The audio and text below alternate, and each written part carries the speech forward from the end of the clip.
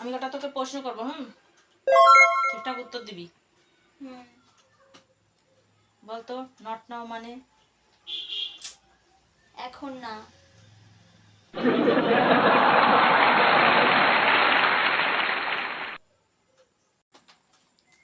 আচ্ছা, আর একটা প্রশ্নের উত্তর দে তো। বলতো আফটার মানে কি?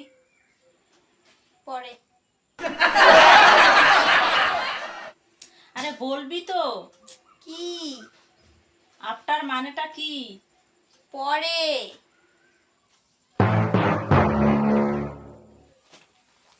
একটা প্রশ্নের উত্তর জিজ্ঞাসা করেছি তাই বলতে পারছে না। হ্যাঁ হ্যাঁ, একে ইংলিশ মিডিয়ামে পড়িয়ে আমার কি লাভ হচ্ছে? হ্যাঁ, এই নাকি পড়াশোনার অবস্থা? মনে হয় কি বোতল ছুঁড়ে মারে। ঠিকই তো বলেছি, ভুল বলেছি কিছু?